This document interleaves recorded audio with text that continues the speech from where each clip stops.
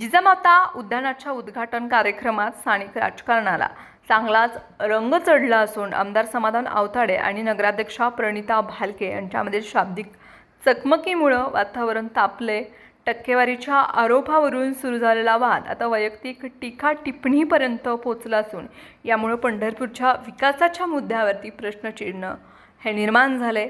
उद्घाटन सोहळ्यातूनच वादाची चिंगी जिजामाता उद्यानाच्या उद्घाटन प्रसंगी आमदार समाधान आवताडे यांनी भाषणादरम्यान नगराध्यक्षा प्रणिता भालके यांच्यावरती अप्रत्यक्षपणे टक्केवारीचे आरोप करत आज नाना असते तर अशा प्रकारच्या कारभाराला त्यांनी थारा दिला नसताचा टोला लगावलाय।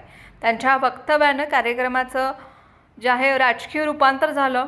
नगराध्यक्षांचा पलटवार, आवताडे यांच्या आरोपांना उत्तर देताना नगराध्यक्षा प्रणिता भालके यांनीही तितक्याच आक्रमक शब्दात प्रत्युत्तर दिले। आज नाना असते तर आमदार आवताडे यांचा उदयच झाला नसता असं म्हणत त्यांनी वैयक्तिक पातळीवरती त्यांनी प्रतिहल्ला चढवलाय। त्याचबरोबर नानांचे संस्कार हे कुटुंबाला एकत्र ठेवण्याचे होते तर काहींची मानसिकता वेगळी आहे असा सूचक टोला लगावत त्यांनी वातावरण अधिक तापवलं।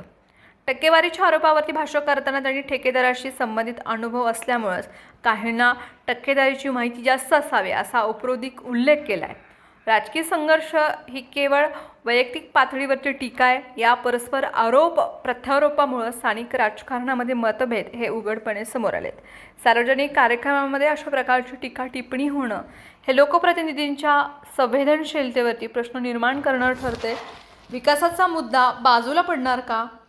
पंढरपूरसारख्या धार्मिक आणि पर्यटनदृष्ट्या महत्त्वाच्या शहरामध्ये मूलभूत सुविधा, पायाभूत विकास, स्वच्छता आणि वाहतूक यासारखे प्रश्न प्रलंबित आहेत।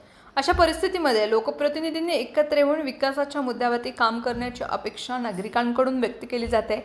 मात्र सध्याच्या वातावरणामध्ये आरोप प्रत्यारोपांच्या राजकारणामुळे विकासाचे मुद्दे दुय्यम ठरत असल्याची भावना नागरिकांमधून व्यक्त होत आहे आणि या वादामुळे सर्वसामान्य नागरिकांमध्ये नाराजी पसरली असून नेते एकमेकांवर आरोप करताना व्यस्त राहणार की शहराच्या विकासासाठी एकत्र येणार असा सवाल उपस्थित केला जात आहे।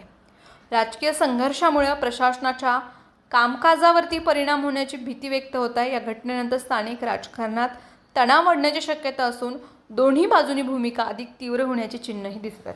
मात्र या वादामधून मार्ग काढून विकासाच्या अजेंड्यावरती लक्ष केंद्रित करणं हीच काळाची गरज असल्याचं मत जाणकार व्यक्तींनी व्यक्त केले। पंढरपूरमध्ये सध्या राजकीय आरोप प्रत्यारोपांचं वातावरण निर्माण झालं असलं तरी शहराच्या सर्वांगीण विकासासाठी लोकप्रतिनिधी हे परस्पर मतभेद बाजूला ठेवून एकत्र येणं अत्यावश्यक आहे। अन्यथा या संघर्षाचा फटका अखेरीस नागरिकांना बसणार आहे हे मात्र निश्चित आहे।